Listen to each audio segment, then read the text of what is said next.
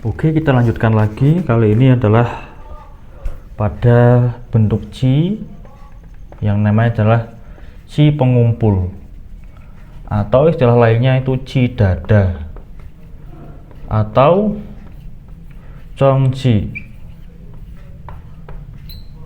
Nah, ini yang pada pembahasan ci makanan sudah sedikit disenggol ya, sedikit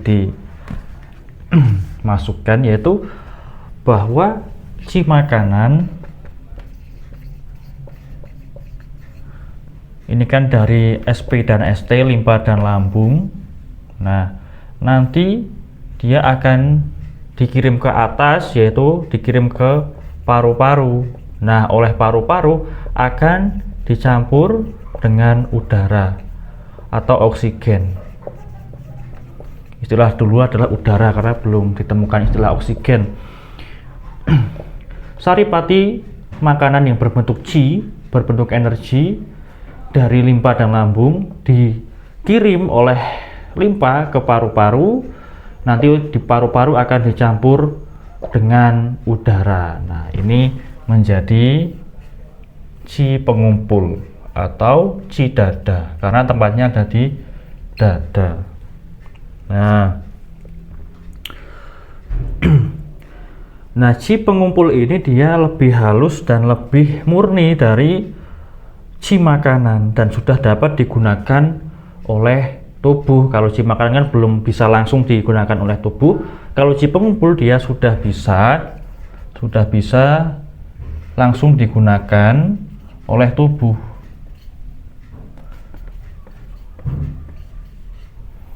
Untuk berbagai macam fungsi. Nah, fungsi dari ci pengumpul yang pertama itu adalah untuk menyuburkan jantung HT ya, dan juga menyuburkan LU paru-paru. Kemudian fungsi yang kedua itu dia mendorong atau membantu dari fungsi paru-paru, mendorong fungsi paru-paru LU untuk apa? Untuk mengendalikan ci,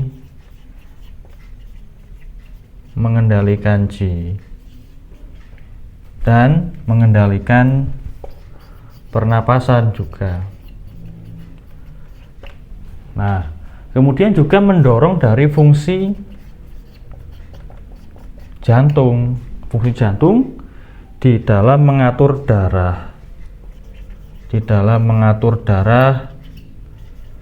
dan mengatur pembuluh darah di seluruh tubuh.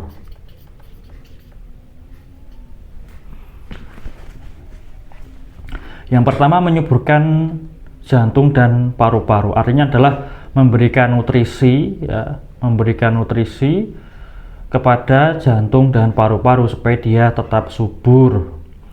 Kemudian mendorong fungsi paru-paru ya, membantu fungsi paru-paru untuk mengendalikan ci dan pernapasan, karena salah satu dari fungsi paru-paru itu adalah mengendalikan ci, energi di tubuh, dan juga mengatur pernapasan. Dia adalah organ pernapasan. Kemudian juga mendorong dari fungsi jantung untuk apa? Mengatur darah dan juga mengatur pembuluh-pembuluh darah di seluruh tubuh.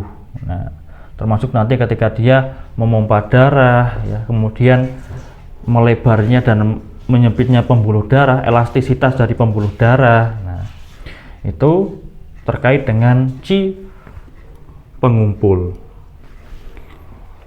Kemudian yang ketiga adalah mengendalikan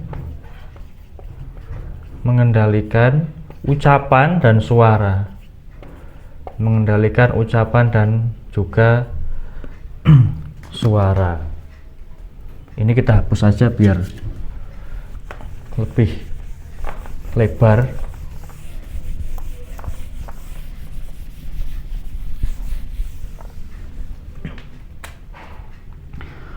Jadi fungsi yang ketiga mengendalikan ucapan dan suara, supaya ucapan jelas, suaranya juga bisa lantang.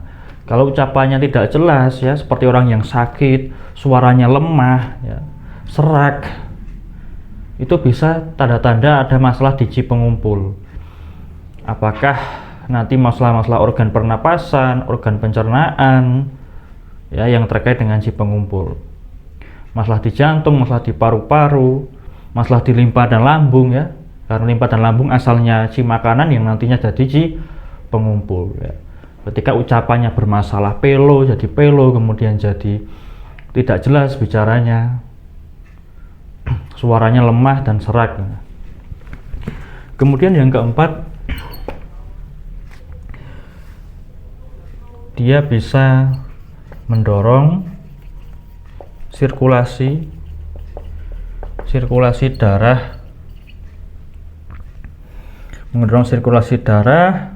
di kaki dan tangan.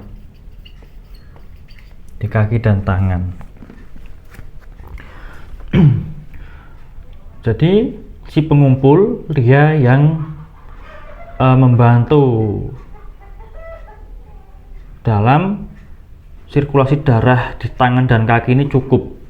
Nah, nanti kalau dia kurang ya, tangan dan kaki kurang sirkulasi darah, bisa jadi apa? Bisa jadi dingin, tangan dan kaki sering dingin. Nah, itu bisa menjadi tanda-tanda bahwa ci pengumpul, ci dada terkait dengan jantung dan paru-paru, limpa dan lambung juga, apakah dia lemah bermasalah.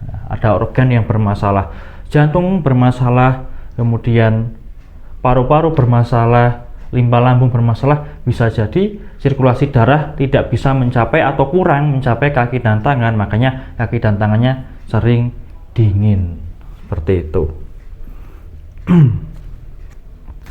Nah, maka dari itu kita perjelas lagi. Fungsi yang pertama menyuburkan jantung dan paru-paru, jadi memberikan nutrisi dari makanan, saripati makanan dan juga udara supaya jantung dan paru-paru tetap sehat, bisa menjalankan tugasnya.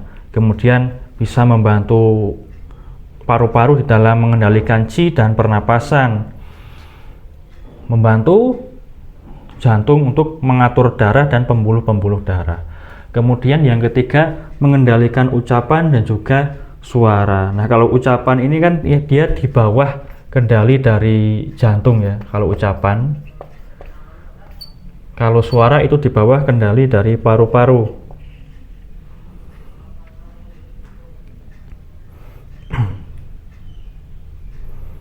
Ini kenapa? Karena ci pengumpul itu kan dia di dada sampai dia bisa berkumpul ke tenggorokan, makanya bisa mempengaruhi ucapan dan juga suara. Sehingga kalau ucapan dia, misal ucapannya tidak normal ya, kurang jelas atau terlalu banyak bicara, kemudian ucapannya meracau, jadi seperti orang yang tidak sadar ya, ucapannya itu keluar semaunya sendiri. Nah, itu bisa jadi ada masalah di jantung terkait dengan ci pengumpul. Kalau paru-paru ya terkait dengan suaranya itu lemah, sangat halus, sangat lirih.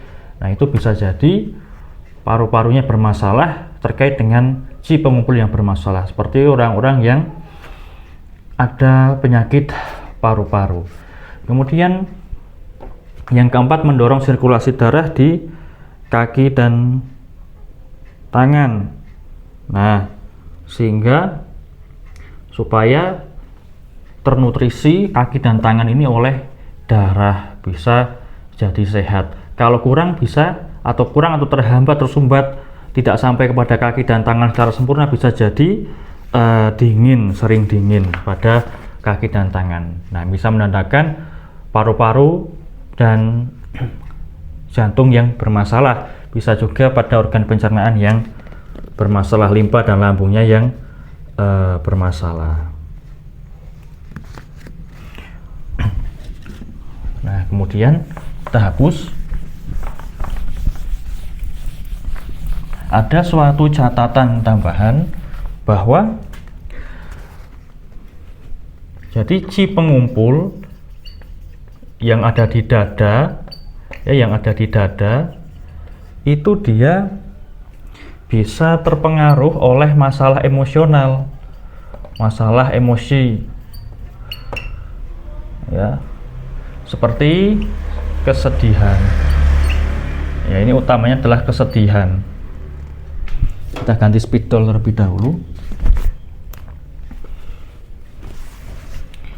Nah, sedih kemudian juga murung, kesedihan dan kemurungan itu dia akan, ini kan sedih dan murung kalau di dalam teori 5 unsur itu kan emosi yang terkait dengan paru-paru. Karena sedih dan murung dia akan memperlemah paru-paru, dan akan memencarkan energi di dada. Artinya adalah energi kan berkumpul di dada, di sekitar paru-paru, dipencarkan, disebarkan seperti seolah-olah seperti piring atau gelas yang pecah, dipencarkan. Nah, ketika jatuh kan menjadi tersebar ya,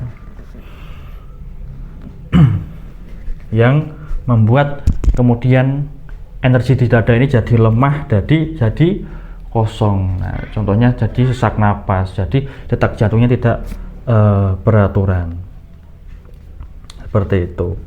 Nah, kemudian di wilayah dada ya, di wilayah dada yang mana sebagai tempat dari berkumpulnya qi pengumpul ini juga disebut sebagai lautan qi. Nah, lautan qi. Kalau otak itu adalah lautan sumsum, tempat berkumpulnya sumsum yang dihasilkan dari esensi di organ ginjal. Nah, kalau di dada itu disebut sebagai lautan dari qi karena sebagai tempat mengumpulnya qi pengumpul, dan juga di situ ada organ paru-paru yang fungsinya adalah mengendalikan qi, mengendalikan energi. Kemudian kita hapus yang bawah.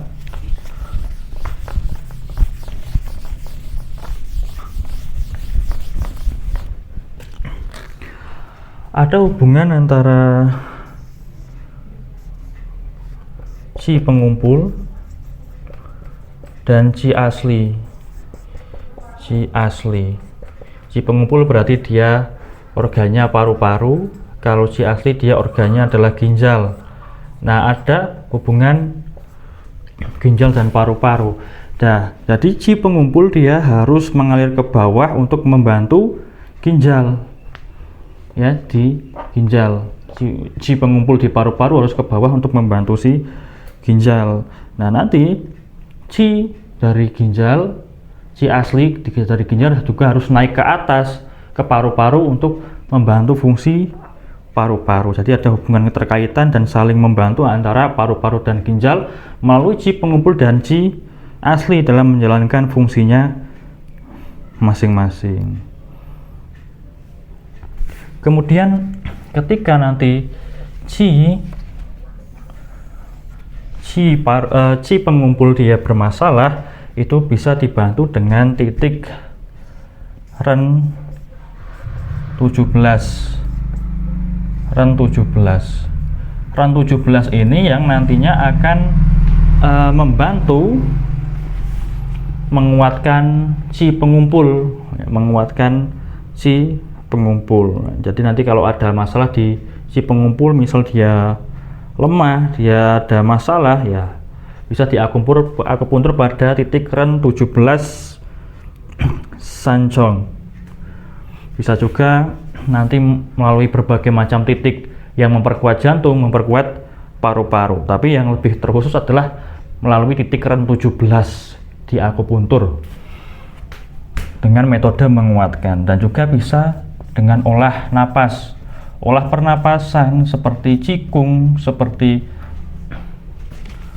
yoga, kemudian seperti tai chi dan olah napas yang lainnya, itu bisa membantu menjaga kesehatan dari qi pengumpul, energi dada terkait dengan paru-paru dan jantung. Maka orang yang bermasalah pada paru-paru dan juga jantung itu bagus untuk melakukan terapi dengan olahraga olah napas, ya, seperti itu.